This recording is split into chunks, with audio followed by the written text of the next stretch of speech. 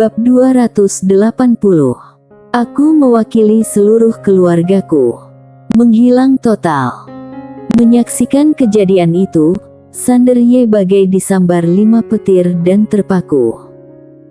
Ketika kekuatan Bella menghilang, dia menuju Bella kayak orang gila. Jiwa dan raga Bella sudah menghilang, tersisa mangkuk besar saja. Melihat mangkuk itu, Sanderye terduduk. Pemegang pedang menatapi mangkuk besar dengan terpana. Dia tak menduga Bella akan memilih begitu. Pemegang pedang kayaknya kehilangan jiwa. Kenapa? Sanderye mendadak duduk dan berujar dengan gemetar, "Senior, selamatkan." "Nggak bisa." Wanita misterius berbisik, "Pilihan dia sendiri, sama sekali nggak bisa diselamatkan." Sanderye segera bertanya lagi, "Tuan Pagoda." Pagoda kecil berujar, "Dia sangat kuat. Dia sendiri mau mati, nggak mungkin orang lain bisa selamatkan dia." Wajah Sanderye pucat. Pemegang pedang menatap Sanderye dengan garang, "Gara-gara kamu." Dia hendak beraksi. Seberkas sinar muncul di depan Sanderye. Di dalam sinar itu, berdiri seorang wanita. Pemegang pedang menatap wanita itu dengan menyipit, "Ternyata kamu." Wanita itu berbisik, "Selin, kamu sama sekali nggak berubah." Pemegang pedang mengepalkan pedang penegak hukum dengan galak dan meraung, "Kamu mau bantu dia juga?" Wanita itu mengembus napas. "Aku tahu." Pemegang pedang geram, "Aku tahu Selina dan kamu menyalahkan kakak pertama atas kejadian di Desa Batu, aku juga sama. Sesudah itu terjadi, aku juga memukul dan memarahi dia, tapi ini bukan berarti kalian harus mengkhianati dia, Desa Batu dan alam semesta nyata." Wanita itu menggeleng, "Bella nggak mengkhianati alam semesta nyata dan kakak tertua, aku juga." Pemegang pedang menunjuk Sanderye dengan geram, "Tahu siapa dia? Dia Raja Alam Semesta Guansuan." Wanita itu bertanya, "Apa kamu beneran berpikir kamu bisa bunuh dia?" Pemegang pedang memicingkan mata dan hendak berbicara ketika wanita dalam sinar berujar lagi, "Selin, sesudah meninggalkan Desa Batu, apa kamu nggak perhatikan kalau kita semua perlahan berubah?" Wajah pemegang pedang tanpa ekspresi dan matanya dingin. "Intinya, kalian nggak puas dengan kakak tertua karena kejadian di Desa Batu. Aku juga nggak puas dengan tindakan dia. Tapi setelah dipikir-pikir, apa yang harus kita lakukan kalau kita berada di posisinya?" Wanita dalam sinar itu diam. Pemegang pedang menatap wanita itu, "Kakak pertama, apa dia ada pilihan lain?" "Dia nggak ada. Kalau dia lakukan itu untuk diri sendiri, aku akan bunuh dia dengan cara apapun, tapi apa dia lakukan itu untuk dirinya? Dia lakukan itu agar lebih banyak orang di Desa Batu hidup. Dia menutup mata, dia menyelamatkan kita semua, kita masih mengeluh tentang dia, tapi dia nggak pernah bilang apapun atau menjelaskan apapun, nggak pernah." Wanita dalam sinar menggeleng, "Aku nggak benci dia, aku tahu dia lakukan itu untuk kita, tapi menurutku apa yang kita lakukan di kemudian hari adalah salah." Pemegang pedang menatap wanita dalam sinar dengan dingin, "Tapi menurutku itu benar. Di dunia ini, kalau kamu nggak ada kekuatan dahsyat, pada akhirnya kamu akan diintimidasi, sama seperti kita di Desa Batu. Dalam pertarungan dengan klan Botian, kalau kita yang kalah, kamu pikir bagaimana orang kita akan diperlakukan?" Wanita yang bersinar itu diam. Pemegang pedang berujar lagi, "Dalam pertarungan dengan garis keturunan Shinto, kalau kita kalah, apa yang harus kita lakukan? Begitu juga pertarungan dengan Kaisar Qing, pertarungan dengan dunia Panwu, pertarungan dengan bencana alam semesta. Wanita bersinar berujar, tapi apa kamu tidak merasa apa yang kita lakukan belakangan sama dengan siluman besar yang memperlakukan kita waktu itu? Kemanapun kompi penaklukan lewat, gak ada sehelai rumput pun yang tersisa. Dia menggeleng, dulu kita merasa nasib kita gak adil dan kita geram, tapi kemudian aku menemukan kita geram bukan karena ketidakadilan, tapi karena kita berada dalam posisi yang dirugikan dalam ketidakadilan itu. Kita bukan mau menghilangkan ketidakadilan, tapi mencoba menempatkan diri kita pada posisi yang diuntungkan dalam ketidakadilan itu, lalu melakukan ketidakadilan pada orang lain. Dia terkekeh, di atasku, semua makhluk hidup setara, di bawahku, ada hierarki yang ketat. Pemuda yang membunuh naga itu, mungkin tujuan utamanya bukanlah untuk membunuh naga itu, tapi menjadi naga itu sesudah membunuh naga itu. Pemegang pedang menatap wanita yang bersinar itu, apa yang salah dengan ini? Begitulah dunia ini, yang kuat dihormati. Kalau kita lemah, alam semesta nyata sekarang akan tertindas. Apa musuh akan datang berbicara logis denganmu? Jangan naif, oke? Wanita itu mengangguk, aku gak pernah bilang kalau kamu dan kakak tertua salah. Aku hanya gak mau memimpin pasukan alam semesta nyata untuk membunuh di mana-mana lagi, itu saja. Pemegang pedang menatap wanita yang bersinar itu, apa kamu juga tidur dengan pria bajingan ini? Pagoda kecil. Wanita itu geram, apa kamu tahu cara mengobrol? Dia melambaikan lengan baju, seberkas sinar melesat ke pemegang pedang. Pemegang pedang mengangkat tangan dia dan menebas. Jelek. Sinar emas itu terpotong.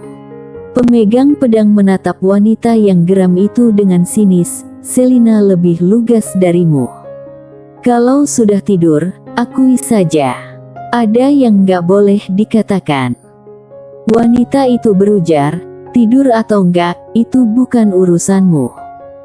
Pemegang pedang menatap dingin dia, lalu menatap Sander Ye dengan dingin dan jijik, kamu sama sekali nggak layak untuk Bella dan dia. Kalau nggak lahir di keluarga berda, kamu bukan apa-apa. Dia pergi. Sander Ye berujar, tunggu. Pemegang pedang berhenti dan menoleh. Sander Ye menatap pemegang pedang, 3 tahun, beri aku 3 tahun, aku akan mengalahkanmu. Pemegang pedang menatap Sander Ye dengan jijik, aku memberimu waktu 300 tahun. Sander Ye mengangkat jari, 1 tahun. Hanya 1 tahun. Pemegang pedang menatap Sander Ye sembari diam. Sander Ye menatap pemegang pedang, 1 tahun kemudian, kalau aku mengalahkan kamu, aku mau kamu berlutut dan meminta maaf padaku sembari berujar, Kak Sander Ye, aku salah, aku meremehkan orang. Kalau aku nggak bisa kalahkan, aku berlutut padamu, meminta maaf dan mengakui kalau kamu benar, aku pecundang. Pemegang pedang menatap Sander Ye sejenak, aku beri kamu waktu 100 tahun. Sander Ye menghampiri pemegang pedang, cukup 1 tahun. Pemegang pedang menatap Sander Ye lama sekali, oke, aku akan menunggumu 1 tahun lagi. Sesudah mengatakannya, dia pergi. Wanita yang bersinar berujar, bencana alam semesta sekarang. Pemegang pedang gak menoleh, jangan cemas, pergi sana bersenang-senang. Sesudah mengatakannya, dia menghilang. Wanita yang bersinar itu diam. Sander Ye berujar, senior, Bella nggak benaran mati, kan? Wanita misterius itu menatap Sander Ye. Sander Ye menatap wanita misterius itu, menunggu jawaban. Wanita misterius itu mengangguk. Sander Ye langsung mengembus napas lega, dia tahu Bella ada hubungan yang gak biasa dengan kedua wanita itu, tapi sesudah Bella meninggal, kedua wanita itu gak merasa sedih, malah menyindir. Jadi, dia berspekulasi kalau Bella mungkin masih hidup. Sesudah dia mendengar ucapan wanita misterius itu, dia menghela napas lega. Tapi wanita misterius itu berujar lagi, tapi dia mungkin. Sander Ye menatap wanita misterius itu, merasa sedikit gak nyaman. Apa? Wanita misterius itu berujar, dia membuka jalan tao sendirian di luar 3000 jalan tao. Jalan itu adalah jalan melupakan diri sendiri. Artinya, ketika kamu melihat dia lagi, dia mungkin gak ingat kamu. Sander Ye tertegun. Wanita misterius itu mengembus napas. Sander Ye berujar, kenapa ingatannya bisa pulih dalam kehidupan ini? Wanita misterius itu berujar, karena kamu. Sander Ye mengernyit, karena aku. Wanita misterius itu berujar, ya, karena dia menyukaimu. Ada pikiran dalam hatinya, jadi dia perlahan mengingat kejadian masa lalu. Ketika kamu melihat dia lagi, kecuali kamu membuat dia menyukaimu lagi, kalau enggak, dia enggak bicara lagi. Sander Ye berujar, senior, di mana aku bisa temukan dia?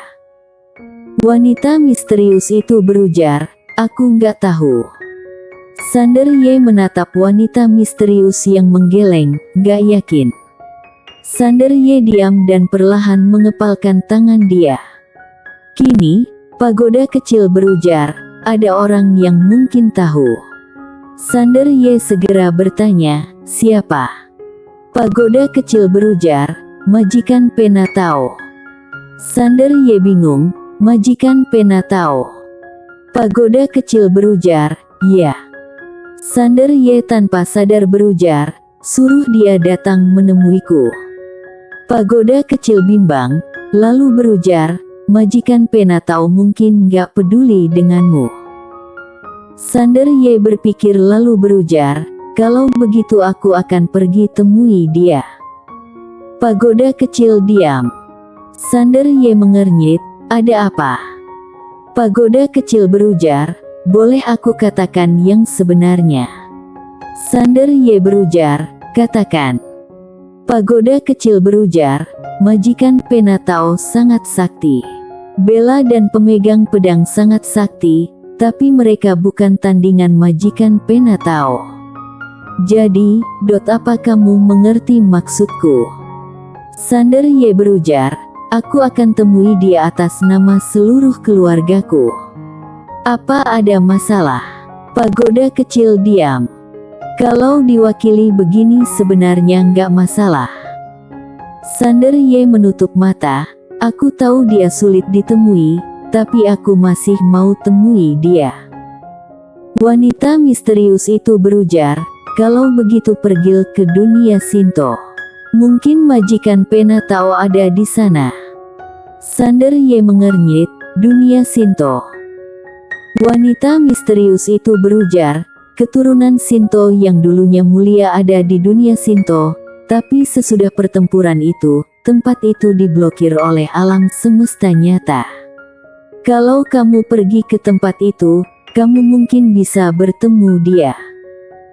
Sander Ye berpikir sejenak, lalu mengangguk, senior, tolong tunjukkan jalan.